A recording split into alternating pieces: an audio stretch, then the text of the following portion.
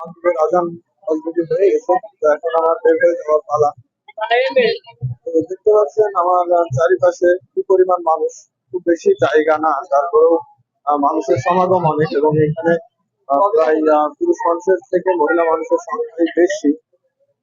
এবং বিভিন্ন স্টলও আছে, খাবার পরিবেশন দিচ্ছে তারা, এবং বিভিন্ন রাইড আছে যেখানে বাচ্চারা বিভিন্ন প্রকার রাইডে চলছে। এখানে যেমন মানুষের কর্মসংস্থানের ব্যবস্থা হচ্ছে, মানুষের বিনোদনের একটা পরিবেশও তৈরি হচ্ছে। সব মিলিয়ে আমার কাছে ভালোই লাগছে জায়গাটা।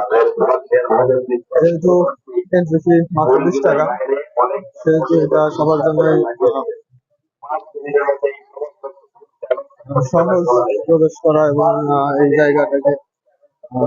জায়গাটার সৌন্দর্য উপভোগ করা। তো এখন বের হবো, সন্ধ্যা হয়ে গেছে অলরেডি।